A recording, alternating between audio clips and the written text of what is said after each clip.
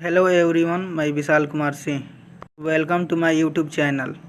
भारतीय संविधान की प्रमुख विशेषताओं का वर्णन कीजिए। आंसर: भारतीय संविधान एक विस्तृत लिखित दस्तावेज है जिसमें 22 विभाग, 395 अनुच्छेद और 10 अनुसूचियां हैं, जबकि अमेरिका संविधान में केवल 9 ही अनुच्छेद। भारतीय संविधान में प्रशासनिक प्रबंधों, केंद्रों, राज्यों के संबंध में मूल अधिकार, नीति निर्देशक तत्वों, आपातकालीन उपबंधों तथा अल्पसंख्यकों के लिए विशेष उपबंधों की व्यवस्था की गई है, जिसमें भारतीय संविधान अधिक विस्तृत है।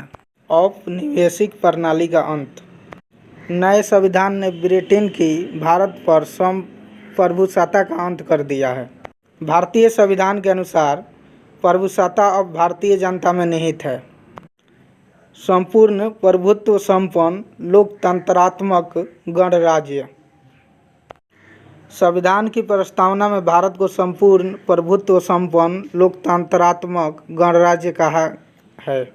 संपूर्ण प्रभुत्व संपन्न का अर्थ है कि भारत की शासन की शक्ति भारतीयों में निहित है। लोकतंत्रात्मक का अर्थ है राजसत्ता जनता में निहित है। गणराज्य का अर्थ है कि राज्य का प्रधान वंशानुगत न होकर निर्वाचित है। समाजवादी राज्य: संविधान के 22वें संशोधन में संविधान की प्रस्तावना में भारत को समाजवादी राज्य घोषित किया गया है। धर्मनिरपेक्ष राज्य: हमारा संविधान प्रारंभ से ही धर्मनिरपेक्ष है, क्योंकि सभी धर्म, जाति, वंश के लोगों को सरकारी नौकरियों में समान अवसर देने की बात संविधान में कही गई है।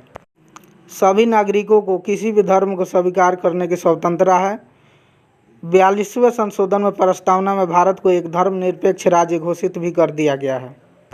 संसदीय शासन प्रणाली: भारत में केंद्र व राज्य दोनों में संसदीय शासन को ग्रहण किया गया है। इस शासन में देश का प्रधान राष्ट्रपति का नाम मात्र का है। वास्तविक कार्यपालिका कैबिनेट में है। यह कैबिनेट अपने शासन कार्यों के लिए संसद के निचले सदन में प्रति उत्तरदायित्व है। मूल अधिकार व कर्तव्य: भारतीय संविधान में यहाँ नागरिकों को महत्वपूर्ण अधिकार, समानता का अधिकार, स्वतंत्रता का अधिकार, शोषण के विरुद्ध अधिकार, धार्मिक स्वतंत्रता का अधिकार, शिक्षा और संस्कृति का अधिकार, संवैधानिक उपचारों का अधिकार व 42वें संशोधन द्वारा 10 कर्तव्य प्रदान किए गए हैं।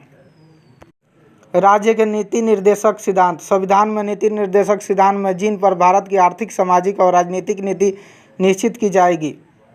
अनुच्छेद 37 के अनुसार इन निर्देशक तत्वों को न्यायालयों द्वारा बाध्यता नहीं दी गई है, फिर भी ये देश के शासन में मूलभूत होंगे। वयस्क मताधिकार: संविधान में सभी स्त्री पुरुषों को जो 18 वर्ष की आयु पार कर चुके हैं, बिना किसी धर्म, जाति, वंश, लिंग के भेदभाव में वोट देने का अधिकार किया गया है। कठोर व लचीले संविधान का मिश्रण: भारतीय संविधान न तो ब्रिटिश संविधान की तरह लचीला है और न ही अमेरिकन संविधान की तरह कठोर, यह दोनों का मिश्रण है।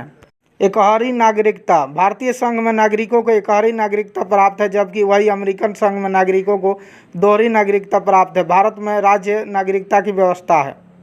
आपातकालीन उपबंध: किसी भी आयात का सामना के लिए राष्ट्रपति के बाह्य आक्रमण का संभावना अथवा आंतरिक विद्रोह से उत्पन्न संकट, राज्यों में संवैधानिक संकट, वित्तीय संकट, आपातकालीन शक्तियाँ प्रदान है। लोक कल्याणकारी राज्य: संविधान भारत में ऐसे राज्य की स्थापना करता है जिसमें नागरिकों को सामाजिक, आर्थिक व राजनीतिक न्याय प्राप्त होगा। संविधान के द्वारा अस्पृश्यता का अंत भी कर दिया गया है।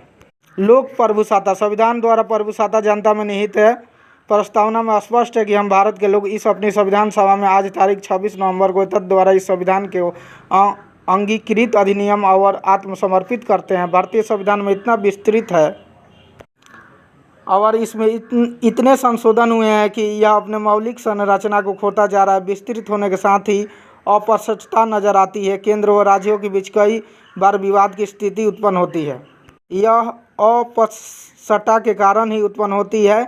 संविधान में नागरिकों के हितों को ध्यान में रखा गया है, परंतु यथार्थ रूप में देखा जाए तो प्रतिदिन गरीब भूख से, रोग से मर रहे हैं और दिन प्रतिदिन राजनीतिक भ्रष्टाचार बढ़ता जा रहा है, जिसकी रोकथाम के लिए कोई उपबंध बाध्यकारी सिद्ध नहीं होता। वीडियो में बताई गई जानकारी से आप संतुष्ट हैं तो वीडियो को लाइक, शेयर, कमेंट और अभी तक चैनल को सब्सक्राइब नहीं किए हैं तो सब्सक्राइब जरूर कर लीजिएगा। धन्यवाद।